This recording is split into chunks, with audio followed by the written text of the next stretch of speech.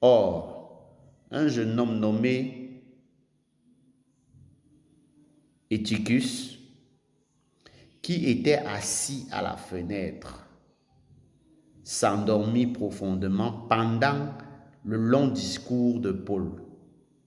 Entraîné par le sommeil, il tomba du troisième étage en bas et il fut relevé mort.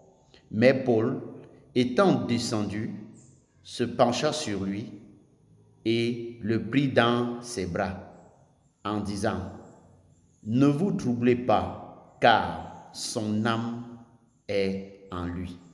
Et évidemment, après, Paul a prié pour lui et il est revenu à la vie.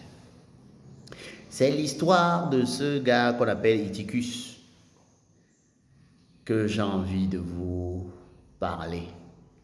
Ce gars, c'était à la période où Paul était en train d'enseigner et tellement le discours de Paul était long.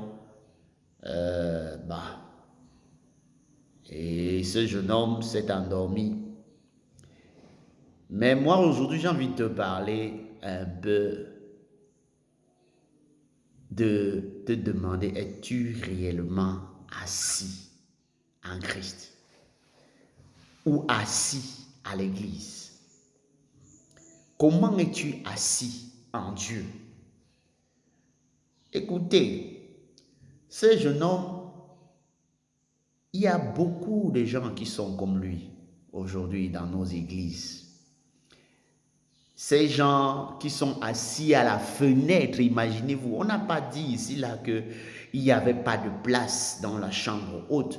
Mais non, ce gars a choisi délibérément de s'asseoir à la fenêtre. Et c'est comme ça qu'aujourd'hui, beaucoup de personnes sont assises à la fenêtre. Imaginez-vous un peu.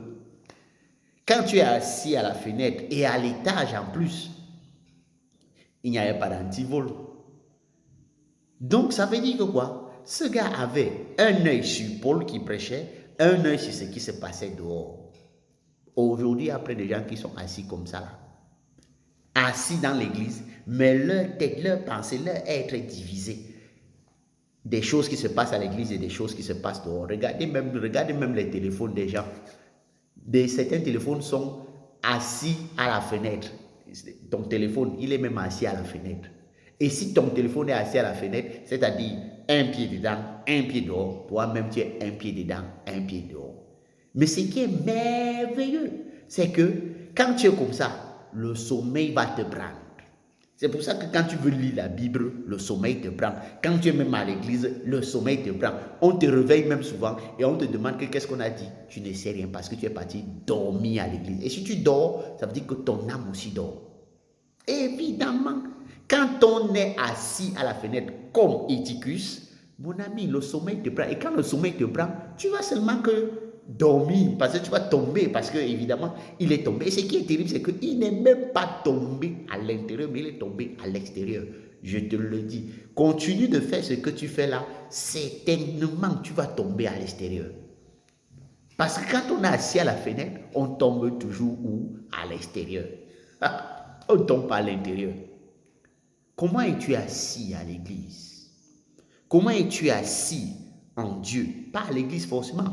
À l'église, tu peux même t'asseoir, tu peux même avoir un siège. Ça veut dire qu'on te reconnaît comme un frère parce qu'il y a des gens comme ça que même les huissiers ne les servent à rien parce qu'on sait là où ils s'assoient. D'autres même sont assis avec des titres.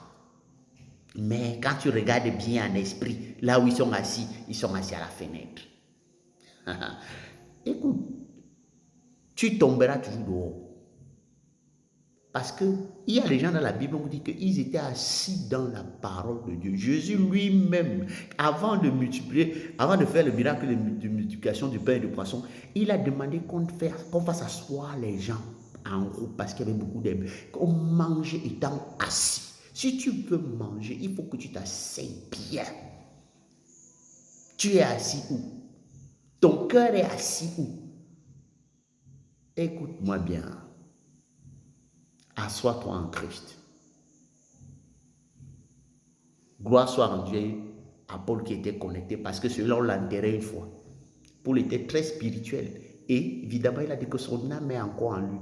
Que ton âme soit encore en toi. Si c'est encore en toi, que ton âme soit trouvé, que ton âme est assis en Christ. Que le Seigneur te bénisse et te donne cette grâce au nom puissant de Jésus. Je veux attendre un amen.